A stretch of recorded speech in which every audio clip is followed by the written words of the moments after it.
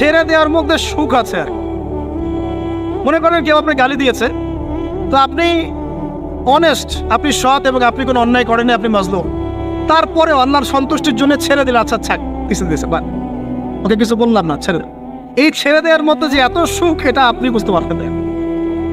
এই সুখটা উপলব্ধি করেছেন স্বয়ং রাসূল সাল্লাল্লাহু আলাইহি ওয়াসাল্লাম। মক্কা বিজয়ের দিন ওই যে বহু মানুষ এসে কি বলেছিল, ভয়ে কাঁপছে যে রাসূল সাল্লাল্লাহু আলাইহি ওয়াসাল্লাম তাদেরকে আবার মৃত্যুদণ্ড দেন কিনা, আছে না? আল্লাহ নবী বললেন যে লা তাসরিবা আলাইকুমুল ইয়াউমা, তোমাদের উপর আজকে আমার কোনো অভিযোগ নাই, ওয়া আনতুমুত তুলাকা, তোমরা মুক্ত, যাও, ছেড়ে দিল। এটা শান্তি। ইউসুফ আলাইহিস সালামের ভাইরা কুয়াতে ফেলে দিয়েছিল না, সেখান থেকে মিশরের বাজারে, সেখান থেকে রাজপ্রাসাদে, সেখান থেকে জেলখানায়, জেলখানা থেকে রাষ্ট্র ক্ষমতায়। কি লাইফ, ট্র্যাজেডি, লাইফের ট্র্যাজেডি দেখেছেন? এখন ইউসুফ আলাইহিস সালাম যখন শেষে ভাই থেকে চিনলেন, তিনি কি ভাইদের প্রতি প্রতিশোধ নিয়েছেন? বলেছেন যাও, মাফ করে দিলাম, ছেড়ে। এটাই শান্তি। আল্লাহর জন্য ত্যাগের মহিমার মধ্যে শান্তি আছে। আল্লাহ পাক আমাদেরকে ত্যাগ করার তৌফিক দান। তাই বলে সব জায়গায় আবার ত্যাগ করা যাবে না, এটাও মাথায় রাখতে হবে। বুঝতে পারছেন না কথা? মনে করেন যে আপনার পরিবারে আপনার বোনকে কেউ টিস করেছে, না বুঝতে পারি, ছেড়ে দিব? যা বাবা তুই টিস করেছিস, যা দিলাম, ছেড়ে। মনে করেন যে কারো সমাজের মধ্যে কাউকে ধর্ষণ করা হচ্ছে, না বুঝতে পারি, আর আমরা বলবো যে যাক মানবতা দেখালাম, ছেড়ে দিলাম, ইসলাম তো মানবতা ধর্ম, যাও ছেড়ে দিলাম, বললাম হবে? সব জায়গায় ইসলাম মানবতা শেখায় নাই, কারণ কোনো জায়গায় মানবতা না শেখানোটাই ফরজ। একজন চোরের উপর আপনি কি মানবতা দেখাবেন? একজন ধর্ষকের উপর আপনি কি মানবতা দেখাবেন যে আরো ধর্ষণ কর বাবা, যা, উৎসাহ দিবেন? একজন খুনি, আপনি কি তাকে মানবতা দেখাবেন? তা ফাঁসি দিবেন? তো এই যে কিছু মানুষ এখন বলে ইসলাম মানে শান্তি, আর শান্তি মানে শান্তির সুবাতাস, বলছেন ওরা। ওই যে ইসলাম থেকে বদর, উহুদ, খন্দক, খায়বার সব কাট করে ফেলছেন। এগুলো ইসলামে নাই। ইসলামে শুধু আছে সালাম, সালাম, আফসুস সালাম, খালি সালাম দিবা আর তোমরা কি করবো, খাবার খাওয়াবা, ব্যাস। আর ইসলামের যে আরো বড় বড় বিধানগুলো আছে, এগুলো পাশ কাটিয়ে এড়িয়ে যাবে। ইসলাম তো শান্তির ধর্ম। আর বাবা শান্তি মানে কি? শান্তি মানে আল্লাহর বিধানগুলো মেনে নিয়ে আল্লাহর সামনে আত্মসমর্পণের মধ্য দিয়ে শান্তি অর্জন কর। এই হলো ইসলামের ডেফিনেশন। আল্লাহ পাক আমাদেরকে পূর্ণাঙ্গতা বোঝার তৌফিক দান করুন, আমিন। হ্যাঁ, যেটা বলছিলাম প্রিয় ভাইরা, অন্যের কষ্ট উপলব্ধি করে আমরা সারা বছর অন্যের স্বার্থকে অগ্রাধিকার দিব ইনশাআল্লাহ। যদি আমাদেরকে কেউ কষ্ট দেয়, আল্লাহর ওয়াস্তে মাফ করে দিবেন, তবে যেখানে মাফের কোনো সুযোগ নেই সেখানে মাফ করতে যায়। আল্লাহ পাক বোঝার তৌফিক দেন। 4, রমাদান দিয়ে গেছে গরিবের কষ্ট উপলব্ধি করার মানসিকতা। যখন না খেয়েছিলাম তখন গরিবের কষ্ট বুঝি নাই। না খেয়ে থাকলে কেমন লাগে, পানি না পান করতে পারলে কেমন লাগে। হ্যাঁ, এটা আল্লাহ পাক কেন দিয়েছেন? যাতে করে আমরা সমাজের এই দুস্থ মানুষগুলোর কষ্ট বুঝতে পারি। আল্লাহ পাক সারা বছর আমাদেরকে গরিবের সেবা করার তৌফিক দান। আর এখন গরিবের রক্ত খুব চুষে খাওয়া হয়, তাই না ভাই? গরিবের রক্ত চোষা একটা সমাজ চলতেছে, আর রক্ত চোষা একটা অর্থনীতি চলতেছে। এই অর্থনীতির জনক বাংলার মাটিতে না, এই অর্থনীতির জনক পশ্চিমের। এটা সারা বিশ্বে ফর্ম করা হয়েছে। এর মধ্য দিয়ে গরিবের রক্তকারী চুষতে থাকবে। কারা চুষবে? পুঁজিবাদীরা। কারা চুষবে? এটা আবার কি? কোনো ওয়াজে তো শুনি নাই পুঁজিবাদ আবার কি জিনিস। এটাকে ক্যাপিটালিজম বলে। পুঁজিবাদ মানে সমাজের একটা অংশের মানুষের কাছে ধন সম্পদ কক্ষীভূত হবে, বাকিরা আস্তে আস্তে গরিব হতে থাকবে দিন দিন। এটা হচ্ছে কিনা? সমাজে এই স্তরবিন্যাসটা বাড়ছে কিনা? এই তো ঢাকা শহরে গিয়ে দেখেন না, বড় বড় কিছু জায়গা, গুলশান, বনানী, বাড়িধারা, এই বসুন্ধরা, দেখবেন খালি টলেস্ট বিল্ডিং, প্রতিযোগিতা। আর একটা বড় অংশ দেখবেন খালি বস্তি আর বস্তি। এই যে দেখছেন তারতম্য, দেখছেন? এটা সারা বিশ্বে হচ্ছে সুদের কারণে। কিসের কারণে ভাই? 1 নম্বর সুদের কারণে, 2 নম্বর দুর্নীতির কারণে, 3 নম্বর হচ্ছে এই যে বোগাস একটা মনিটরি সিস্টেম চলছে এর কারণে। এটা বোঝেন খুব ভালোই যে কি দিতে হবে? খাদ্যদ্রব্য দিতে হবে, দিরহাম দেওয়া যাবে না, ফেতরা, তাই না ভাই? এটা তো খুব ভালোই বোঝেন। তো নবী সাল্লাল্লাহু আলাইহি ওয়াসাল্লাম যে গোল্ড দিনার আর সিলভার দিরহাম ইউজ করতেন, আপনি এখন কাগজের টাকা ইউজ করেন কেন? বলেন এখন কথা বলেন। এটা তো খুব ভালোই বুঝলেন যে খাদ্যদ্রব্য দিয়ে ফেতরা দিব। খাদ্য দিয়েছেন নবী, খাদ্যই দিব। চাল দিয়েছেন চাল, খেজুর, কিসমিস। তাহলে নবী তো দিনার আর দিরহাম ইউজ করেছেন, তা আপনি এখন কাগজের টাকা ইউজ করেন কেন? আমি যে 5-10 বছর আগে বলছিলাম যে এই সিস্টেমটার মতো সমস্যা আছে, তখন তো খারেজি মানলেন ফতোয়া। এখন এতটুকু বুদ্ধি মাথায় আসে না? দিনার দিরহাম এটাই ইসলামিক কারেন্সি। আমরা যেগুলো চালাচ্ছি এগুলো ইসলামিক কারেন্সি নয়। কিন্তু পুরো বৈশ্বিক প্রেক্ষাপটে আমরা মানতে বাধ্য হচ্ছি। ইসলামিক খেলাফত, ইসলামিক পলিটিক্যাল ভিউ, কিন্তু সারা বিশ্বে খেলাফত নাই, আমরা মানতে বাধ্য হচ্ছি। ডেমোক্রেসি, সেকুলারিজম মানতে বাধ্য হচ্ছি। এটা বাধ্য হয়ে আমরা করছি, কিন্তু তাই বলে তো ইসলামিক জিনিস আর অন ইসলামিক জিনিস একাকার হয়ে যায় নাই, হয়ে গেছে। পর্দা, শরিয়া পর্দা পুরো উপর থেকে প্রতিষ্ঠা নাই, অনেকেই বেপর্দায় চলছে। আমরা তো বেপর্দা সমাজে চলতে বাধ্য হচ্ছে না, হচ্ছে কি না? এটা বাধ্য হয়ে আমরা করছি, কিন্তু কেউ কি মেনে নিয়েছে এটা? এই ইন্টেলেকচুয়াল ল্যাকিংসের কারণেই তো আজকে এই অবস্থা। প্রিয় ভাইরা, বোঝার চেষ্টা করেন গভীর থেকে। রমাদান মাস গরিবের কষ্ট উপলব্ধির মাস ছিল। আল্লাহ পাক আমাদের সবাইকে গরিবের কষ্ট বোঝার তৌফিক দান করুন। আর আল্লাহর ওয়াস্তে চেষ্টা করবেন গরিব মানুষকে খাওয়ানোর, এতিমের দায়িত্ব নেয়ার। প্রত্যেকটা এলাকায় এলাকায় এতিমখানা গড়ে তোলেন, এতিমদেরকে ফ্রি পড়াশোনার ব্যবস্থা করেন, তাদেরকে কোরআন শেখান, তাদের পিছনে টাকা ইনভেস্ট করেন, তাদের মাথায় হাত বোলান। আল্লাহ রহম করবেন ইনশাআল্লাহ, আল্লাহ তৌফিক দান করে দেবেন। এরপরে রমজান শিখিয়ে গেছে আমাদেরকে 5 নাম্বার। বেশি লম্বা করবো না, আমি আপনাদেরকে বিরক্ত করতে যাচ্ছি না, আমি 10টা পয়েন্ট বলছি। 5 নাম্বারটা দেখুন, এর মনোযোগ দেন, এটা খুব ইম্পর্টেন্ট। রমজান দিয়ে গেছে কোরআন। রমজান কি দিয়ে গেছে ভাই? এটাই তো সবচেয়ে বড় কথা নাকি? রমজানের সবচেয়ে বড় কথা কি? এই মাসে কি হয়েছে? কোরআন নাজিল হয়েছে। তো রমজান মাস চলে গেছে, কি আমরা কি কোরআনটাকে এখন বন্ধ করে রেখে দিব ভাই? রমাদান মাসে কারা কারা কোরআন খতম করেছেন হাত তোলেন দেখি। সুবহানাল্লাহ, মাত্রই কয়জন? রমাদান মাসে কোরআন খতম করেছেন কারা কারা? অন্তত একবার। আল্লাহু আকবার। আল্লাহ আমাদেরকে মাফ করুন না, আমিন। আল্লাহ আমাদেরকে মাফ করুন। আমি খুবই হতাশ হলাম। রমাদান মাসে কোরআন অন্তত একটা বার তো খতম করা উচিত ছিল নাকি ভাই? আচ্ছা, রমজানের সম রাখেন কেন জানেন? রমজান মাসে কোরআন নাজিল হয়েছে, এটা রমজানের সম্মান। আল্লাহ পাক বলেন নাই শাহরুর রমাদান আল্লাযী উনজিলা ফীহিল কোরআন? আল্লাহ পাক বলেন নাই রমজান সেই মাস যেই মাসে কোরআন নাজিল হয়েছে? ইন্না আনজালনাহু ফী লাইলাতিল কদর, কদরের রাতে আমি কোরআন নাজিল করেছি। তাহলে রমাদান মাসে কোরআন পেয়েও যারা কোরআন পড়লো না, বুঝলো না, খতম করলো না, আমি তাদের জন্য আফসোস ছাড়া কিচ্ছু করতে পারছি না। আচ্ছা যাই হোক, যা করেছেন তওবা করা যাবে তো ইনশাআল্লাহ? আমার সাথে বলেন আস্তাগফিরুল্লাহ আল্লাযী লা ইলাহা ইল্লা হুয়াল হাইয়ুল কাইয়্যুম ওয়া আতুবু ইলাইহি। আল্লাহ আমাদের সবাইকে কোরআন তেলাওয়াত করার তৌফিক দান করুন, সবাইকে কোরআন তেলাওয়াত শেখার তৌফিক দান করুন।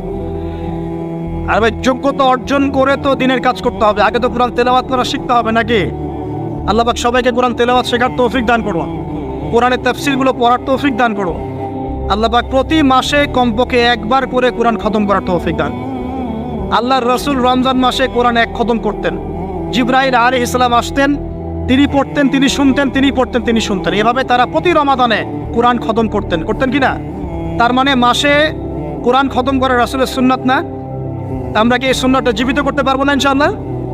প্রত্যেক দিনে এক পারা করে পড়লেই হয়ে যায়। এক পারা মানে 20 পৃষ্ঠা। এই হাফেজি কোরআনের 20 পৃষ্ঠা, সময় লাগবে সর্বোচ্চ 1 ঘন্টা থেকে 1.5 ঘন্টা, সর্বোচ্চ 1 ঘন্টা থেকে 1.5 ঘন্টা। যারা হাফেজ তাদের সময় লাগে আধা ঘন্টাও না, আধা ঘন্টা। পারবো না ভাই ইনশাআল্লাহ? আল্লাহ পাক এই রমজান মাসের এই কোরআনকে সারা বছর আঁকড়ে ধরার তৌফিক দান করুন। এই কোরআন নাজিল হওয়ার পরেই আইয়ামে জাহিলিয়াত পরিবর্তন হয়েছিল। আবু জাহেলের শাসন পরিবর্তিত হয়ে মুহাম্মাদের শাসন হয়েছে। অতএব কোরআন থেকে বিমুখ জাতি কখনো দিন কায়েম করতে পারবে না। আল্লাহ পাক বোঝার তৌফিক দান করুন, আমিন। আমাদের যুবক ভাইরা একটু ওয়াদা করতে পারি তো ইনশাআল্লাহ সবাই কোরআন তেলাওয়াত করা শিখবো? প্রত্যেক মাসে এক খতম দেবো ইনশাআল্লাহ? কোরআনের অর্থ পড়বো ইনশাআল্লাহ? না অর্থ পড়ার দরকার নাই, খালি প্রত্যেক হরফে 10 নেকি কামাই করবো, অর্থ পড়ার কোনো দরকার নাই ভাই? আচ্ছা যাক, কিছু মানুষ আবার রাগ করে অর্থ পড়তে বললে, কারণ স্বার্থ আছে। যদি আপনারা কোরআনের অর্থ পড়া শুরু করেন এবং হাদিসের চর্চা করা শুরু করেন, দিনই পড়াশোনা করা শুরু করেন, তখন তো অনেক ধর্ম ব্যবসা বন্ধ হয়ে যাবে। কথা বুঝতে পারছেন না মনে হয়? আপনারা যদি শিক্ষিত হওয়া শুরু করেন, কোরআনের A to Z অর্থ পড়া শেষ করেন, হাদিসগুলো পড়া শুরু করেন, ওলামায়ে কেরামের সাথে পরামর্শ করে বইপত্র পড়া শুরু করেন, হ্যাঁ, বিভিন্ন ইসলামিক কোর্সগুলো করতে থাকেন, আস্তে আস্তে আপনার যোগ্যতা বাড়বে। তখন তো আপনি কি করবেন না? ধর্মের নামে বিভ্রান্ত হতে চাইবেন না। অনেকের তখন ধর্ম ব্যবসাটা কি হবে? বন্ধ হয়ে যাবে। অতএব এই কারণে অনেকে চায় না যে মানুষ কোরআনের অর্থ বুঝুক। আমি আমার মন থেকে আপনাদেরকে রিকোয়েস্ট করছি, সবাই কোরআনের অর্থটা পড়ার চেষ্টা করেন। পারা যাবেন ইনশাআল্লাহ ভাই? আল্লাহ আমাকে তৌফিক দেখ, আপনাদের সবাইকে তৌফিক দান। আর কমপক্ষে দিনে এক পারা করে কোরআন তেলাওয়াত করবেন। আল্লাহ মা বোনদেরকে তৌফিক দেখ, আপনাদের সবাইকে তৌফিক দান। এটা হলো 5 নাম্বার। 6 লাইলাতুল কদর মনে আছে? কোন দশকে ছিল? আচ্ছা, কি মনে হয় আপনাদের এবার কদর কততম রাতে ছিল? কি মনে হয় বলেন তো, কে কি বলেন? বেজর তো জানি, কার কার মনে হয় 21-এ ছিল? কার মনে হয় 23, 27, 29? কার কার কি মনে হয়? আমি আমার জীবনে, এবার আমি আমার অভিজ্ঞতা বলি, আমার জীবনে এইরকম রমাদান আমি কখনো কাটাই নাই। আমার কাছে মনে হয়েছে এই রমজানেও আল্লাহ আমাদের প্রতি নারাজ হয়ে আছে। পুরো রমজান চলে যাচ্ছে, বৃষ্টি হচ্ছে না, এই সামান্য একটু বৃষ্টি, অথচ রমজান মাস আসার আগেই পরিবেশ ঠান্ডা হয়ে যেত না? আগে রমজান মাসে কন্টিনিউসলি বৃষ্টি হতো, স্পেশালি শেষের দশকে অনেক বৃষ্টি হতো, এবং বৃষ্টি ছিল একটা আলামত যেটা দেখে আমরা চিনতে পারতাম যেটা কদরের রাত হতে পারে। এবার চেনাই যাচ্ছে না, খেয়াল করে দেখেন নাই? গরম, আর আমরা তো ঢাকা ছিলাম, গরমের তীব্রতায় থাকা যাচ্ছে না, এসি থেকে বাইরে বেরিয়ে হওয়া যাচ্ছে না। আল্লাহ পাক নারাজ, ইস্তেসকার দোয়া করা হচ্ছে, বৃষ্টি হচ্ছে না। চিন্তা করতে পারেন? আর এমনও যুগ ছিল যে ওলামায়ে কেরাম, মানে দ্বীনের যারা রিপ্রেজেন্টেটিভ, আলেম ওলামা, মুত্তাকি পরহেজগার ব্যক্তিরা আনাচে কানাচে দোয়া করতো, সাথে সাথে বৃষ্টি নামা শুরু হতো। আমরা ছিল না? শোনেন, কেন হচ্ছে না? কারণ আমরা হয়তোবা এখনো সেই পর্যায়ের তাকওয়া, সেই পর্যায়ের আল্লাহ ভীতি এখনো অর্জন করতে পারি নাই, যে আমরা দোয়া করলেই সাথে সাথে কবুল হয়ে যায়। হয়তোবা আমাদের ভিতরে অনেক ত্রুটি আছে, এই ত্রুটিগুলো আগে দূর করতে হবে, আল্লাহ পাক তৌফিক দান করুন।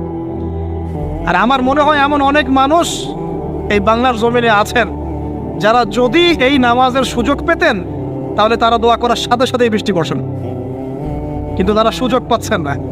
এই একজন ছেলে বুঝতে পারছে কথার অর্থটা কি। এমন বহু মানুষ বাংলার মাটিতে আছে, হয় তারা যদি সুযোগ পেত নামাজটা পড়ার, হয়তো বা বৃষ্টি হতো। নাই বুঝলেন, একটু লেটে বোঝেন। আচ্ছা, বাংলাতে এমন অনেক মানুষ আছে যারা নীরবে নিভৃতে তাহাজ্জুদে আল্লাহর কাছে এত কান্নাকাটি করে, এত আমল করে, এত পরহেজগার মানুষ, তাদের দোয়ার বদৌলতে অনেক কিছু হয়। এটা আপনি বিশ্বাস করেন? বিশ্বাস করতে হয়। আল্লাহ পাকের এই বান্দারা দুনিয়াতে আছে বলেই বহু কিছু হয়। আল্লাহর অনেক আযাব গজব আল্লাহ পাক উঠিয়ে নেন। আর এখন যে অবস্থা হয়েছে, আমরা সবাই, বেশিরভাগই, আমরা সবাই বলবো না, বেশিরভাগই আমরা সুবিধাবাদী মুসলিম হওয়ার চেষ্টা করছি। ইসলামের যে অংশগুলো পালন করলে খুব মজা লাগে এগুলো আমরা পালন করতে চাই, যেগুলো পালন করলে সমস্যা হতে পারে আমরা গায়ে দাগ লাগতে দিতে চাই না। মানে আমি চলবো ঠিক, গায়ে যেন একটা আচরণ না লাগে, কেউ ভালো মন্দ না বলে, গালিগালাজ না করে, সুন্দরের মতো চলবো আর কি। অথচ এই সুন্নত নবী সাল্লাল্লাহু আলাইহি ওয়াসাল্লামের তাকদীরেও জোটে ভাই, বুঝেছে? বুঝতে হবে। আল্লাহ পাক আমাদের সবাইকে পরিপূর্ণ কোরআন সুন্নাহ ফলো করার তৌফিক দান করুন, আমিন। এই লাইলাতুল কদর নিয়ে কথা বলছিলাম, এটা পাওয়ার জন্য ইতিকাফ করেছিলাম কিনা? অনেকে করেছেন। রাত জেগেছেন কিনা? এই যে রাত্রি জাগরণ করার যে ব্যাপারটা, এটা কি রমজানের শিক্ষা? রমজানের ছেড়ে যাওয়া একটা চেতনা কেমন? রাত জাগরণের মধ্য দিয়ে আল্লাহকে পাওয়া যায়। তারাবি পড়েছেন, তাহাজ্জুদ পড়েছেন না? এই তাহাজ্জুদে আপনি আল্লাহর কাছে চেয়েছেন, দোয়া করেছেন, আল্লাহকে ডেকেছেন, জিকির করেছেন, তখন আল্লাহর সাথে আপনার একটা গভীর সম্পর্ক ছিল না? এই সম্পর্ক রমজান যাওয়ার সাথে সাথে কি বন্ধ করে দেব? সারা বছর ধরে রাখবো ইনশাআল্লাহ, আমিন। আচ্ছা, 7 নম্বর ভাই, রমাদানে আল্লাহ রাব্বুল আলামিন আমাদের অনেককেই কিন্তু তারাবি পড়ার তৌফিক দিয়েছেন, দেন নাই? এখন তারাবি এবং নামাজের বিষয়টা কেমন ছিল? আমরা একটা ঐক্যবদ্ধভাবে কাজ করেছি না? একসাথে সবাই মিলে তারাবি পড়েছি, একসাথে আমরা সালাত পড়েছি। এই রমজানের এই যে ঐক্যের শিক্ষাটা, এই শিক্ষাটা কিন্তু রমজান চলে যাওয়ার সাথে সাথেই আমরা আবার বিভক্ত হওয়া শুরু করি। আমরা এই তারাবি, সালাত, জামাতের সালাত, সাদাকাতুল ফিতর, ঈদের জামাত, এগুলোর মধ্যে একটা শিক্ষা নিব, সেটা হলো ঐক্যের চেতনা। কিসের চেতনা ভাই? আমরা সমাজের মধ্যে একটা ঐক্য নিয়ে আসার চেষ্টা করবো। আল্লাহ পাক তৌফিক এনায়েত করুন, বলি আমিন। 8 নম্বর, রমজান মাসে আমরা যাকাত দিয়েছি অনেকে, সাদাকাও করেছেন অনেকে। দান সাদাকা বেশি বেশি করেছেন, যাকাত দিয়েছেন, সাদাকাতুল ফিতর দিয়েছেন, মাশাআল্লাহ। এই কাজগুলো কেন করেছেন? যাতে সাদাকার মধ্য দিয়ে আমাদের গুনাহগুলো মাফ হয়ে যায়। আল্লাহ পাক আমাদেরকে এই সাদাকার ওসিলায় কালকে আমাদের মাফ করেন, আরশের ছায়া দেন এবং জান্নাত দান করেন। এই দান সাদাকার সিলসিলাটা, বেশি বেশি দান সাদাকার সিলসিলাটা সারা বছর চালু রাখতে হবে, আল্লাহ পাক তৌফিক এনায়েত করুন। আর এই দান করার সময় খেয়াল রাখবেন দানের টাকা কোথায় যাচ্ছে, খেয়াল রাখবেন আপনার দানের টাকা যাচ্ছে কোথায়, খেয়াল রাখতে হবে। এগুলো সমস্যা চলছে না সমাজে? দান কোথায় করবেন খেয়াল রাখবেন, কোন জায়গায় দান করলে আপনার দানটা সঠিকভাবে ইউটিলাইজ করা হবে এবং ইসলামের পথে এটা কাজে লাগানো হবে, এটা খেয়াল রাখবেন। আপনার দানটা সঠিকভাবে ব্যয় হচ্ছে কিনা। এই জন্য আমি পরামর্শ দিই, আগে আপনি আপনার আত্মীয়দের হক আদায় করেন। গরিব আত্মীয় স্বজনকে বেশি বেশি দান করার চেষ্টা করেন, তাদেরকে যাকাত দেওয়ার চেষ্টা করেন। এরপর ফি সাবিলিল্লাহ, দিনের কাজগুলো যেগুলো হয়, দিনের মসজিদ, দিনের মাদ্রাসা, দিনী মেহনত, দিনী অ্যাসোসিয়েশন, দিনী কোনো প্রজেক্ট, এইগুলোতে আপনি বেশি বেশি দান খয়রাত করার চেষ্টা করেন। আল্লাহ পাক তৌফিক দান করেন, আমিন। 8 নম্বর 9, তারাবি, তাহাজ্জুদ নামাজ, এগুলো আমাদেরকে ঐক্যের চেতনা শিখিয়েছে। আমরা শাওয়াল মাস আসার সাথে সাথে যেন এগুলো ভুলে না যাই। এবং ওই যে প্রথমে বলেছিলাম যে রমাদান মাসে কেবলা পরিবর্তন হয়েছে, একটা নতুন জাতির উত্থান ঘটেছে, মানে ইহুদি খ্রিস্টান জাতির সাথে আমরা বিচ্ছেদ ঘোষণা করেছি। এখন সারা বছর আমরা যেন তাদের কৃষ্টি কালচার এগুলো ফলো করা শুরু না করি। কেবলা পরিবর্তনটা মানে কি? মানে ওদের সাথে আমরা চলবো না, আমরা নতুন কেবলা নিয়ে এসেছি, নতুন জাতি আমাদের। এখন আমরা কি আমাদের জীবনের বিভিন্ন ক্ষেত্রে আমরা কি ওদের আদর্শ, ওদের নীতি, ওদের রীতি এগুলো ফলো করতে পারি? পারি না। যদি কেউ করি তাহলে কেবলা পরিবর্তন অর্থ আমরা বুঝতে পারি নাই। এটা আমাদের খুব ভালো করে আয়ত্ত করতে হবে। আর সর্বশেষ যে কথাটা বলতে চাই সেটা হলো, রমাদান মাসে ওই যে বদরের যুদ্ধ হয়েছিল, মনে আছে? ওই যে প্রথমে বলেছিলাম, তো বদরের যুদ্ধটা ছিল জালেমের বিরুদ্ধে মাজলুমের অবস্থা। আবু জেহেলরা জালেম ছিল না, নবী সাল্লাল্লাহু আলাইহি ওয়াসাল্লাম তারা মাজলুম ছিলেন না। এই যে মাজলুমের লড়াই জালেমের বিরুদ্ধে, এটা সারা বছর কন্টিনিউ থাকতে হবে। এটা কেমন? আমাদের সবার নফসই এখন জালেম, জালেম কি না? নফস তো চাই উড়ে বেড়াতে, আল্লাহর বিধান মানতে চায় না, নামাজ পড়তে চায় না, দান সদকা করতে চায় না, যাকাত দিতে চায় না, সব দুনিয়াবি বিষয়ে ব্যস্ত থাকতে চায়। নফসকে আগে কন্ট্রোল করেন, নফসের জুলুমগুলো আগে দমন করেন। পরিবারে বহু জালেম আছে না? পরিবারের মধ্যে জুলুম বন্ধ করেন। তারপরে আস্তে আস্তে অর্থনীতি ব্যবসায় আসেন, এখানে জুলুম আছে না? এই জুলুম বন্ধ করার চেষ্টা করেন। তারপরে সমাজের মধ্যে অনেক জুলুম হয় না? এই জুলুমগুলো বন্ধ করার চেষ্টা করেন। বদরের চেতনা মানে হচ্ছে সর্বস্তরের জুলুমের বিরুদ্ধে মাজলুমের একটা অবস্থান। এই চেতনা রমজান শিখিয়েছে। তো প্রিয় ভাইরা, এই রমাদান চলে গেছে ঠিকই, আমাদের কাছে দিয়ে গেছে প্রথমত শাওয়ালের 6 রোজা, রাখবো তো ইনশাআল্লাহ। দিয়ে গেছে আমাদেরকে তাকওয়া অবলম্বনের মাধ্যমে আল্লাহ ভীতি অর্জন করবো তো ইনশাআল্লাহ। রমাদান দিয়ে গেছে আমাদের সবাইকে যে আমরা গরিবের কষ্ট উপলব্ধি করার চেষ্টা করব। আল্লাহ পাক তৌফিক এনায়েত করুন, আমিন। 4 নম্বর রমজান দিয়ে গেছে আল্লাহর জন্য ত্যাগের একটা মহিমা। আমরা আল্লাহ পাকের জন্য জীবনের সর্বস্তরে ত্যাগ স্বীকার করার মানসিকতা লালন করবো ইনশাআল্লাহ। তো এই যে ঘুমটা আপনি ঘুমাচ্ছেন, ইনশাআল্লাহ আপনার ঘুমটা কি হচ্ছে? ইবাদত হচ্ছে না? আলহামদুলিল্লাহ। আলেম যারা, তাদের ঘুমও ইবাদত। যারা এই যে মুসলিম, মুমিন, মুত্তাকি, আলেম, তাদের ঘুমগুলো কি ইবাদত। এখন ঘুমান শেষ, ঘুমের মধ্যে যদি দুঃস্বপ্ন দেখেন তাহলে আপনি বাম দিকে 3 বার থুতু ফেলবেন, ফেলে আউযু বিল্লাহি মিনাশ শাইতানির রাজিম পড়বেন, পরে পাশ পরিবর্তন করে আবার ঘুমাবেন। এটা হয় না ঘুমের মধ্যে অনেক সময়? অনেকের বোবা ধরে, শ্বাস নিতে পারে না। এগুলো এই জন্যই হয় কারণ তারা ঘুমানোর আগের জিকির আজগারগুলো করেন। নিয়মিত করলে এগুলো সমস্যা ইনশাআল্লাহ হবে না। আপনি নিজের ভালো নিজেই বোঝেন, হুজুরের কাছে দৌড়ানোর দরকার নাই এত বেশি। নিজের বাচ্চাকে এত দৌড়ানো, এই কবিরাজ, ওই কবিরাজ, ওইখানে তাবিজ, এত তো দরকার নাই। তো নিজের আমল নিজে করেন, দেখবেন আপনি আল্লাহ পাকের পক্ষ থেকে নিরাপত্তার মধ্যে আছেন ইনশাআল্লাহ। আল্লাহ তৌফিক দান করুন। এরপরে ঘুম থেকে উঠলেন, চেষ্টা করবো আমরা ঘুম থেকে ওঠার কয়টার সময়? 5টায় যদি ফজরের নামাজ হয় বা 4:30 যদি ফজরের নামাজ হয়, মিনিমাম 4টায় উঠতে হবে। কয়টায়? 4টায়। এই জন্য যদি অ্যালার্ম দেন করিতে, অ্যালার্ম দিবেন প্রত্যেক 1.5 ঘন্টা পর পর। মনে করেন যে আপনি 1.5 ঘন্টা ঘুমাতে যাচ্ছেন, তাহলে 1.5 ঘন্টা পরে অ্যালার্ম সেট করবেন, অথবা 3 ঘন্টা পর, অথবা 4.5 ঘন্টা, অথবা 6 ঘন্টা। মানে 1.5 ঘন্টার গণিতক দিয়ে আপনি অ্যালার্ম সেট করবেন, দেখবেন উঠতে পারবেন খুবই ইজিলি। এতে 1.5 ঘন্টায় আপনার ঘুমের সার্কেলটা পূর্ণ হয়। একটা ঘুমের সার্কেল পূর্ণ হতে আমাদের মাথায় তো রেস্টের দরকার আছে, এটা পূর্ণ হতে 1.5 ঘন্টার মতো সময় লেগে যায়। তো এটা একটা ট্রিক বললাম আপনাদেরকে, আপনি করতে পারেন, উপকৃত হবেন ইনশাআল্লাহ। তো ফজরের নামাজের মিনিমাম আধা ঘন্টা আগে আমাদেরকে ওঠার অভ্যাস করতে হবে। এই যে ঘুমটা ভাঙার সাথে সাথে কি করব? ভাঙার সাথে সাথে আল্লাহ শুকরিয়া, আলহামদুলিল্লাহিল্লাযী আহইয়ানা বা'দা মা আমাতানা ওয়া ইলাইহিন নুশুর। ব্যাস, এই যে ইবাদত হয়ে গেল। এবার আপনি আরেকটা দোয়া পড়বেন, শিখে নেন। আপনি পড়বেন লা ইলাহা ইল্লাল্লাহ ওয়াহদাহু লা শারীকা লাহু লাহুল মুলকু ওয়া লাহুল হামদ ওয়া হুয়া আলা কুল্লি শাইইন কাদির সুবহানাল্লাহ আলহামদুলিল্লাহ ওয়া লা ইলাহা ইল্লাল্লাহ আল্লাহু আকবার লা হাওলা ওয়া লা কুওয়াতা ইল্লা বিল্লাহ আল্লাহুম্মা ইগফিরলি। এটা পড়ার পরে হাত তুলে দোয়া করেন, যা দোয়া করবেন তাই পাবেন ইনশাআল্লাহ। এটা জানতেন? জানতেন না? তো এই দোয়াটা হচ্ছে দোয়া কবুলের অস্ত্র। ঘুম থেকে ওঠার পর যদি এই দোয়াটা করে দোয়া করেন, ইনশাআল্লাহ দোয়া কবুল হয়ে যাবে ইনশাআল্লাহ। আমাদের জীবনে চাওয়া পাওয়ার কি অভাব আছে? প্রচুর চাওয়া পাওয়া। বৈধ চাওয়া পাওয়াগুলোকে পাওয়ার জন্য আল্লাহর সাথে সম্পর্ক করতে হয়, আর আল্লাহ পাকের সাথে সম্পর্কে কিছু ওসিলা মাধ্যম লাগে। এই দোয়াগুলো হলো মাধ্যম, আমলগুলো হচ্ছে মাধ্যম। তো আল্লাহ পাক যেমনটা বলেছেন, ফাযকুরুনি আযকুরকুম ওয়াশকুরুলি ওয়ালা তাকফুরুন, তোমরা আমাকে স্মরণ করো আমিও তোমাদেরকে স্মরণ। আল্লাহ পাক তো এভাবে বলেছেন, যখন একজন মানুষ মনে মনে আমাকে ডাকে আমিও মনে মনে ওকে স্মরণ করি। মনে করেন আপনি মনে মনে আল্লাহকে বলছেন, আল্লাহ আমি অসুস্থ, আমাকে শেফা দাও, বা আমার রিজিকের টেনশন আছে, আমার রিজিকের টেনশন দূর করে দাও, আল্লাহ আমাকে হেফাজত করো, আল্লাহ আমাকে দিনের জ্ঞান দাও, তোমার আনুগত্য করার তৌফিক দাও। যে মনে মনে আপনি আল্লাহকে ডাকছেন, নিঃসন্দেহে ওই মুহূর্তে আল্লাহ পাক আপনাকে স্মরণ করছে। সাত আসমান ভেদ করে আরশের উপর থেকে আল্লাহ পাক আপনাকে স্মরণ করছেন। আল্লাহ পাক বলছে, যখন একজন মানুষ জনসমক্ষে আল্লাহকে স্মরণ করে, যেমন আমরা এখন করছি, জনসমক্ষে সবার সামনে আল্লাহর কথা আলোচনা করছি, আল্লাহ পাক বলছেন আমিও তখন এর চেয়ে অনেক উত্তম জনসমাবেশে ওই বান্দাদের কথা স্মরণ করি। এই মুহূর্তে আল্লাহ পাক আমাদের কথা স্মরণ করছেন, আমাদের কোনো ফিলিংস আছে?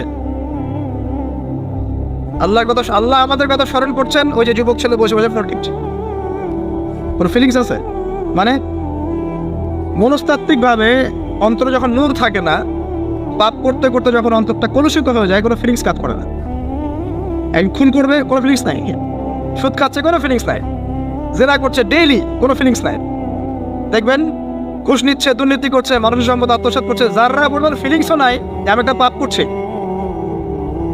কখন এরকম হয় জানেন?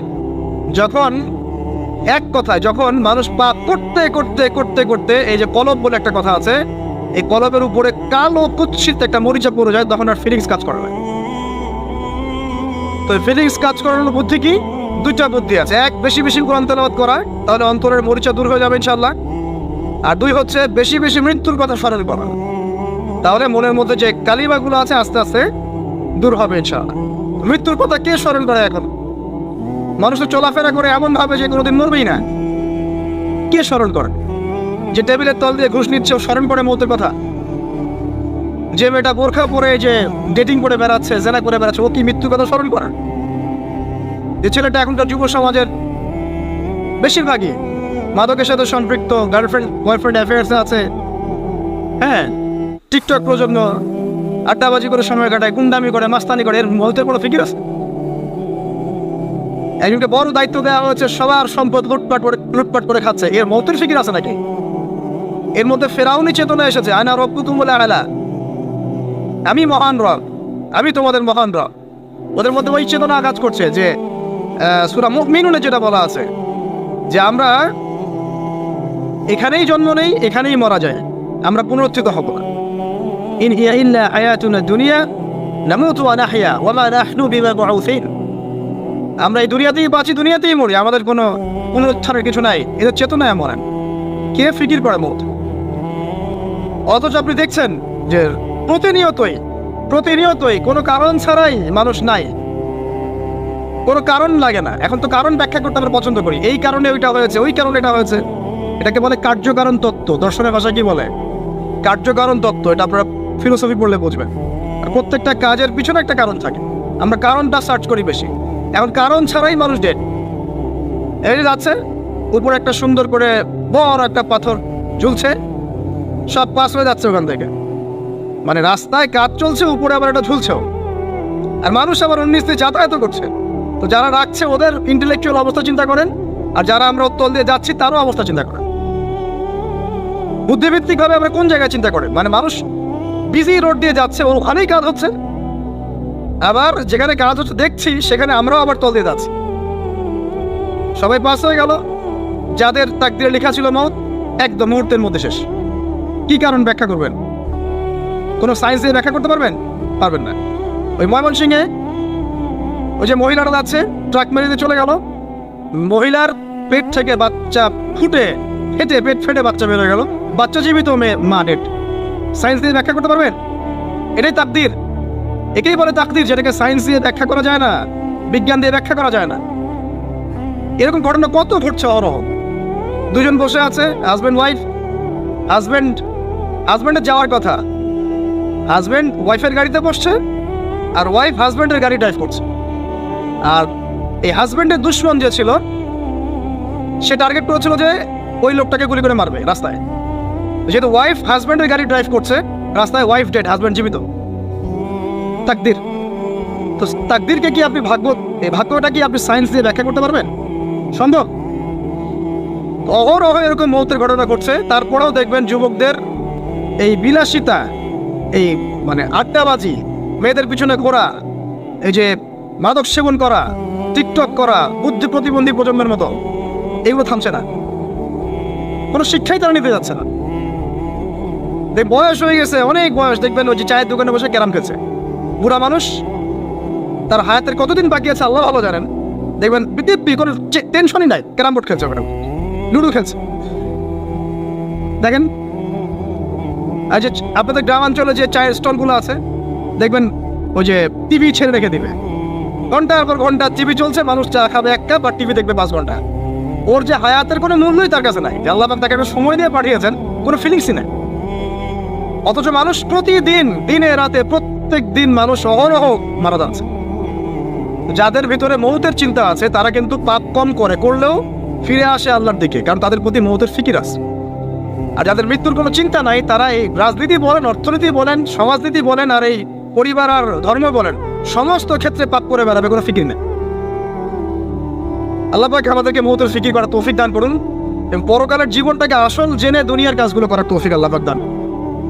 আসেন, তো এবার আপনি শুকরিয়া আদায় করছেন, আলহামদুলিল্লাহ ইন্নাদি আহইয়ানা বা'দা মা আমাতানা ওয়া ইলাইহিন নুশুর। আধা ঘন্টা আগে ঘুম থেকে উঠেছেন, এখন কি করবেন? বাথরুমে যাচ্ছেন। এই বাথরুম করাটাকে দুনিয়াবি কাজ না, এই কাজটা ইবাদত হবে যদি আমি ঢোকার সময় বাম পা দিয়ে ঢুকি আর বলি, কি বলি? আল্লাহুম্মা ইন্নী আউযু বিকা মিনাল খুবসি ওয়াল খাবাইস। এখন বাথরুম করতে আপনার 10 মিনিট লাগুক আর 15 মিনিট লাগুক আর 5 মিনিট লাগুক, এই পুরো সময়টা নেকি পাবে না। সুবহানাল্লাহ। আর কি চাই? বের হবো, এখন বের হওয়ার সময় কি বলবো? উফরানাকা, নেকি পাচ্ছেন। একটা দোয়া আছে, আলহামদুলিল্লাহ ইল্লাযী আযহাবা আনিল আযান ওয়া আফানি উফরানাকা। এবার আপনি ওযু করবেন। ওযুটা ধীরে স্থিরভাবে করবেন, তাড়াহুড়া করবেন না। ওযুর প্রত্যেকটা অঙ্গ প্রত্যঙ্গ 3 বার করে ধোয়ার চেষ্টা করবেন। শুধু মাথা মাসে হবে কয়বার? 1। ওযু করার পরে আপনি হাত তুলে আল্লাহর কাছে দোয়া করুন। ওই সময়টা কখন? রাত 4টা থেকে 4:30 বাজে, তাই না? তার মানে আল্লাহ রাব্বুল আলামিন এখন প্রথম আসমানে আছেন। কিভাবে আল্লাহ পাক আছেন সেটা আল্লাহর উপর ছেড়ে দেন, আমাদের এটা নিয়ে ব্যাখ্যা করার দরকার নাই, চিন্তাও করার দরকার নেই। আল্লাহ পাক বলেছেন আমি নেমে আসি, বাস নেমে আসি। এত বেশি বুদ্ধিজীবী হওয়ার দরকার নাই। খুব বেশি বুদ্ধিজীবী হয়ে গেলে আমার মানুষ খেয়ে হারিয়ে ফেলে, অত দরকার নাই। শুনেছি, মেরেছি, ব্যাস যথেষ্ট। আল্লাহ পাক নেমে আসেন, কি বলেন? আল্লাহ বলেন যে কেউ কি আছো আমার কাছে কিছু চাইবে, আমি দিব। কেউ কি আছো যে আমাকে ডাকবে, আমি তোমার ডাকে সাড়া দেবো? কেউ কি আছো আমার কাছে কোনো কিছু দোয়া করবে? হ্যাঁ, হাজত আছে, আমি পূরণ করে দেবো। এভাবে আল্লাহ পাক ফজর পর্যন্ত বলতেই থাকেন। বলেন তো আমাদের কোনো ফিকির আছে? আমরা সবাই ঘুমাই কয়টা? 1টায় না 2টায় না 3টায় ম্যাক্সিমাম এখনকার। আমি যে বিষয়টা নিয়ে কথা বলছি এটা খুবই কঠিন। 9টা থেকে 10টার মধ্যে বা 11টার মধ্যে ঘুমাতে হবে, এটা খুবই কঠিন বিষয় এখনকার জেনারেশনের কাছে। এর জন্য প্রথম যে কাজটা সেটা হলো রাত্রেবেলা স্মার্টফোন আর চালানো যাবে। এসব নামাজ শেষ, ফোন একদম ডয়ারে লক করে রাখতে, কিছু করার নাই। এটা না করতে পারলে আপনি ঘুমাতে পারবেনই না। এবং এরপর দিনে আসছি, তখন বলছি দিনে কিছু কাজ আছে, দিনের কাজগুলো যদি আমরা ঠিকঠাক মতো করি তাহলে রাতে তাড়াতাড়ি ঘুম আসবে ইনশাআল্লাহ। যদি না করি তাহলে ঘুম আসবে না। তো শেষ রাতে আল্লাহ পাক আসমানে নেমে আসেন, প্রথম আসমানে, এবং এই আহ্বান করতে থাকেন। তাই ওই সময় ওযু করার পরেই আপনি হাত তুলে আল্লাহর কাছে দোয়া করা শুরু করেন। আপনার যত চাওয়া পাওয়া আছে আল্লাহর কাছে ঢেলে দেন, ইনশাআল্লাহ আল্লাহ রাব্বুল আলামিন আপনাকে খালি হাতে ফেরাবেন না ইনশাআল্লাহ। আল্লাহ পাক তো এমন করে বলেছেন যে কেউ হাত তুলেছে আল্লাহর কাছে আর আল্লাহ পাক সেটাকে খালি ফিরিয়ে দিবেন, এটাতে আল্লাহ লজ্জা বোধ হয়। কথা বুঝতে পারছেন? আমাদের যাদের অনেক সম্পদ আছে বা সামর্থ্য আছে এবং মন আছে বড়, তাদের কাছে যখন কেউ সাহায্য চায় আপনার খালি ফিরেতে লজ্জা লাগে না? আপনার মনে হয় না যে চাইলো এত করে কিভাবে না করে ফিরাই? আছে না এমন মানুষ? আছে না? আসলে দান সৎকার করার জন্য সম্পদ লাগে না, দান সৎকার করার জন্য মন লাগে। কি লাগে? মন লাগে। দেখবেন অনেক কোটি আল্লাহ আছে মানুষ দান সৎকার করতে পারে না, জাকাতই তো দেয় না, দান সৎকার করবে কি? বাংলাদেশে যত কোটিপতিগুলো আছে সবার থেকে জাকাত নেওয়া শুরু করলে এদেশে কোনো দারিদ্রতা বলে কিছু থাকবে না ইনশাআল্লাহ, থাকবেই না। এটাই বাস্তব। কে উদ্ধার করবে সেই টাকা? ইমাম মাহাদি আসলে করবে ইনশাআল্লাহ, ঈসা ইবনে মারিয়াম আসলে করবে ইনশাআল্লাহ। তখন কে জাকাত না দিয়ে পার পায় তাই দেখা যাবে। একটা ব্যক্তি পাওয়া যাবে না জাকাত না দিয়ে পার পায়। অবশ্য তখন এমন একটা যুগ আসবে যে মানুষ যাকাতের টাকা নিয়ে ঘুরবে, কিন্তু নেওয়ার মতো মানুষ নাই, সবাই সচ্ছল। আল্লাহ পাক সেই সুদিন ফিরায় আনুক, আমিন। এটা বলছিলাম যে সদকা করার জন্য মন লাগে, আবার টাকা লাগে না। এখন আসেন, কেউ যদি আমাদের কাছে এভাবে চায়, আমরা খালি ফিরাতে লজ্জাবোধ করি। আল্লাহ পাক বলছেন যে আমার কাছে যখন বান্দা কিছু চায়, তার হাতটাকে আমি খালি ফিরাই দেবো, এটাতে আমি লজ্জাবোধ করি।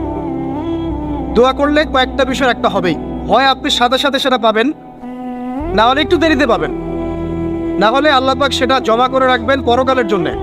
পরকালে যখন আপনি দাঁড়াবেন আল্লাহর সামনে, আল্লাহ বলবেন দুনিয়াতে তুমি এই বিষয়গুলো চেয়েছিলে, আমি দুনিয়াতে দেই নাই, পরকালে তোমার জন্য সঞ্চিত রেখেছি, এখন না। তখন মানুষ কি বলবো জানেন? আমরা বলবো যে আল্লাহ দুনিয়াতে কিছুই যদি না পাইতাম, আজকেই সব দিত, তাহলেই হবে। তো বেশি বেশি দোয়া করার অভ্যাস তৈরি করেন, বেশি বেশি দোয়া করেন। দোয়াই ইবাদত, আর দোয়া বলে ইবাদত, দোয়াই ইবাদত। দোয়া করতে থাকেন, ইনশাআল্লাহ দেখবেন আল্লাহর সাথে আপনার সম্পর্ক গাঢ় হবে। যার সাথে আল্লাহর সম্পর্ক যত বেশি গাঢ় হবে, ইনশাআল্লাহ সে তত বেশি পরকালের বাসিন্দা হবে, দুনিয়ার বাসিন্দা কম হবে। আল্লাহ পাকে নূর এবং মারিফত অর্জন করতে পারবে ইনশাআল্লাহ তাআলা। এবারে আমরা কি করব? এবার মিনিমাম 2 রাকাত নামাজ পড়ার চেষ্টা করেন। রাতের সালাত 2 রাকাত করে আপনি 2, 4, 6, 8, 10, 12, 20 করতেই থাকতে পারেন, কোনো সমস্যা নাই। কিন্তু মিনিমাম 2 রাকাত নামাজ তাহাজ্জুদ আপনি পড়ার চেষ্টা করেন। পড়া যাবে না? আর নামাজটাকে তাড়াহুড়া করবেন না, কাইন্ডলি আল্লাহর ওয়াস্তে তাড়াহুড়া করুন। রিল্যাক্সে কেরাত করেন, রুকুতে সময় দেন, সেজদায় সময় দেন, 2 সেজদার মাঝখানে সময় দেন, শেষ বৈঠকে দোয়াগুলো করেন, তারপর ধীরে স্থিরভাবে সালাম ফিরান, হাত তুলে দোয়া করেন, সময় দেন। কারণ আমি কি বলছি, সূরা যারিয়াতে 56 নম্বর আয়াতে আল্লাহ পাক বলেছেন দুনিয়াতে পাঠিয়েছি শুধু আল্লাহর ইবাদত করার জন্য। তো যে কারণে এসেছি, এটাতে এত তাড়া কিসের? অনেক মসজিদে নামাজ পড়লে মনে হয় ইমাম সাহেবকে বলি যে আপনার কি পেশাব পায়খানার চাপ নিয়ে নামাজ পড়ান? এমন অনেক মসজিদে নামাজ পড়েছি, মনে হয় ইমাম সাহেবকে ডেকে একটু কানে কানে বলি যে ভাই আপনার কি পেশাব পায়খানার চাপ আছে? আর 4 রাকাত নামাজ 3 মিনিটে শেষ, 4 রাকাত নামাজ 4 মিনিটে শেষ, এত তাড়াহুড়ার কি আছে? হ্যাঁ, জামাতে নামাজ সংক্ষিপ্ত করতো, তাই বলে কি এত সংক্ষিপ্ত নাকি? রুকু করার টাইম পাওয়া যায় না, সেজদা করার টাইম পাওয়া যায় না? নামাজে ধীর স্থিরতা এবং খুশুটা খুব ইম্পর্টেন্ট। নামাজে কোথায় হাত বাঁধলেন এটা নিয়ে তর্ক না করে, নামাজের একাগ্রতা, মনোযোগ কতটুকু আসছে এটা নিয়ে তর্ক করেন। ভিতরের রূহটাই আসল, আধ্যাত্মিকত্বটাই আসল। হ্যাঁ, একজন ভাই হাত বেঁধেছে মনে করেন এখানে, কেউ বেঁধেছে এখানে, এটা নিয়ে ঝগড়া করেন। দেখেন নামাজে কতটুকু ফোকাস, মনোযোগ কতটুকু থাকছে, কতটুকু নামাজে আপনি দোয়া করতে শিখছেন, সেজদায় আল্লাহকে পাইতে শিখছেন।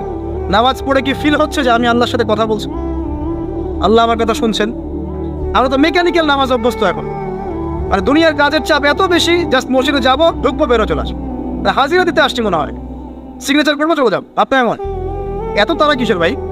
ওমা খালাকতুল জিন্না ওয়াল ইনসা ইল্লা লিয়াবুদুন, শুধু ইবাদত করার জন্যই সৃষ্টি করেছে তোমাদেরকে। তো মসজিদে তো তাড়াহুড়া কেন? রিল্যাক্স থাকেন, মসজিদে রিল্যাক্সে নামাজ পড়েন, সময় নেন। ফজরের নামাজ পড়ার আগে আপনি বাসার থেকে 2 রাকাত সুন্নত পড়ে আসতে পারেন, এটা আরেকটা ভালো আমল। কারণ নবী সাল্লাল্লাহু আলাইহি ওয়াসাল্লাম সুন্নত নামাজগুলো কি করতেন? বাসায় পড়তেন। এতে বাসার মধ্যে বরকত হবে, শয়তান দূর হয়ে যাবে। এই যে তাহাজ্জুদ আপনি 2, 4, 8, 10 যত পারেন পড়েন, মিনিমাম 2 রাকাত পড়েন, ধীর স্থিরভাবে পড়েন। নামাজ শেষ করে আবার আল্লাহর কাছে দোয়া করেন, দেখবেন যে ইনশাআল্লাহ আপনার দোয়া কবুল হবে। আর দোয়া যে কবুল হয় এটা আপনি নিজেই বুঝতে পারবেন, নিজেই বুঝবেন, কারো কাছে দেওয়া লাগবে না।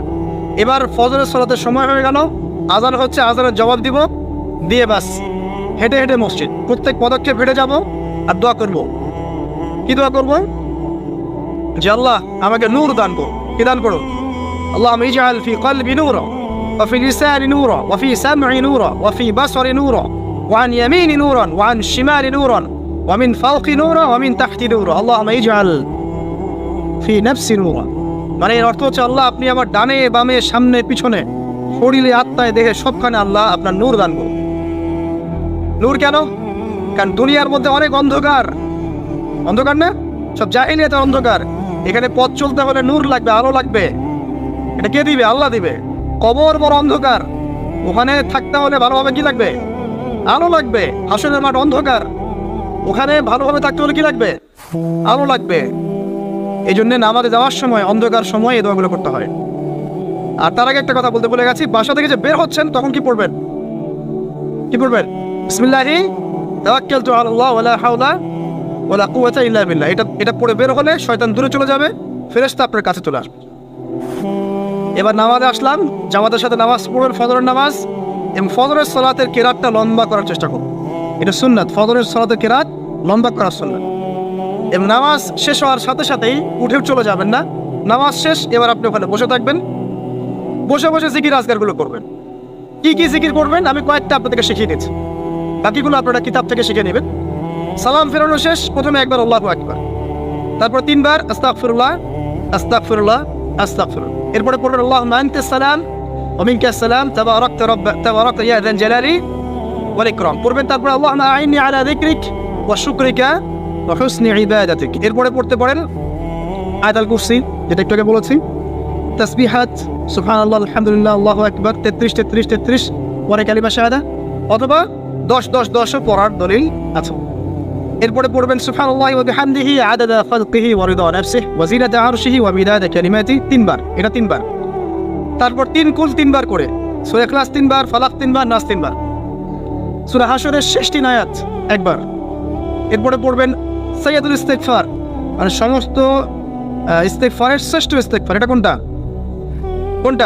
আল্লাহুম্মা আনতা রাব্বি লা ইলাহা ইল্লা আনতা খালাকতানি আনা আবদুক ওয়া আনা আলা আহদিক ওয়া ওয়াদিক মাস্তাতা'তু আউযু বিকা মিন শাররি মা সানা'তু আবুউ লাকা বিনি'মাতিকা আলাইয়া ওয়া আবুউ বিযানবি ফাগফিরলি ফাইন্নাহু লা ইয়াগফিরু যুনুবা ইল্লা আনতা। এটা যে পড়বে সকালে পড়ে যদি রাতের মধ্যে মারা যায় জান্নাত ইনশাআল্লাহ, আবার সন্ধ্যায় পড়ে যদি সকালের আগে মারা যায় জান্নাত ইনশাআল্লাহ। এত বড় অস্ত্র, এত বড় একটা সুযোগ। এরপরে পড়বেন আমার পছন্দের কয়েকটা, আউযু বিকালিমাতিল্লাহি তাম্মাতি মিন শাররি মা খালাক 3 বার। এটা যদি আপনি পড়েন আপনি দৃশ্য অদৃশ্যের ক্ষতি থেকে বেঁচে থাকবেন ইনশাআল্লাহ। দুষ্ট জিন শয়তান আপনার কোনো ক্ষতি করতে পারবে না ইনশাআল্লাহ। আরেকটা খুবই শক্তিশালী দোয়া আছে, সেটা হলো বিসমিল্লাহিল্লাযী লা ইয়াদুররু মা ইসমিহি শাইউন ফিল আরদ ওয়ালা ফিস সামা ওয়া হুয়াস সামিউল আলিম 3 বার করে। এইটা যে পড়বে, এই যে জিন বলেন, ভূত বলেন, যে পেতনি বলেন, যেগুলো আমরা ভয় পাই, ঠিক আছে, চোখ লাগা বলেন, বদনজর বলেন, যা যা আছে, হিংসুকের হিংসা, কোনো কিছুই আপনার কোনো ক্ষতি করবে না। এবং ইনশাআল্লাহ আপনি হঠাৎ মৃত্যুবরণ থেকে বেঁচে থাকবেন ইনশাআল্লাহ, হঠাৎ মৃত্যুবরণ। এটা কিন্তু সবার জন্য নিয়ামত না, এটা সবার জন্য নিয়ামত না। তারপর আসেন, এরপর পড়বেন 10 বার লা ইলাহা ইল্লাল্লাহু ওয়াহদাহু লা শারীকা লাহু লাহুল মুলক ওয়া লাহুল হামদ ওয়া হুয়া আলা কুল্লি শাইইন কাদির। এটা 10 বার পড়লেও হবে, আর যদি 100 বার পড়তে পারেন তাহলে আপনার চেয়ে বেশি নেকি কেউই অর্জন করতে পারবে না। যদি 100 বার এই দোয়াটা কেউ পড়ে সারা দিনে, লা ইলাহা ইল্লাল্লাহু ওয়াহদাহু লা শারীকা লাহু লাহুল মুলক ওয়া লাহুল হামদ ওয়া হুয়া আলা কুল্লি শাইইন কাদির, ওই দিন শয়তান তার কাছে আসবে না। 100 গুনাহ আমলনামা থেকে কেটে দেওয়া হবে, 100 নেকি লিখে দেওয়া হবে, এবং আল্লাহর কাছে দিন শেষে একটা তালিকা পেশ করা হয়, আজকের দিনে কে কি আমল করেছে, এই তালিকায় তার নাম দেখবেন সবার আগে আছে। ওই ব্যক্তির নামও থাকতে পারে যে 100 বারের চেয়ে বেশি পড়েছে, তখন তার নাম আগে চলে যাবে, এর নামটা পরে চলে আসবে। কথা বুঝতে পারছেন? মিনিমাম 100 বার পড়তে পারলে খুব ভালো হয়, যদি না পড়েন কমপক্ষে কয়বার? 10 বার। আসেন, এরপরে পড়বেন 10 বার দরুদ শরীফ, আল্লাহুম্মা সাল্লি আলা মুহাম্মাদ ওয়া আলা আলি মুহাম্মাদ, যেটা আছে দরুদ ইব্রাহিম, এটা পড়তে পারেন, অথবা ছোট করে পড়তে পারেন আল্লাহুম্মা সাল্লি ওয়া সাল্লিম আলা নবিনা মুহাম্মদ, এটা পড়লেও হবে, অথবা আল্লাহুম্মা সাল্লি আলা মুহাম্মাদ ওয়া সাল্লিম, এতটুকু পড়লেও ইনশাআল্লাহ আকাদায় হয়ে যাবে। 10 বার যে ব্যক্তি দরুদ পড়ে সকালে সন্ধ্যায়, নবী সাল্লাল্লাহু আলাইহি ওয়াসাল্লাম তার জন্য পরকালে সুপারিশ করবেন ইনশাআল্লাহ।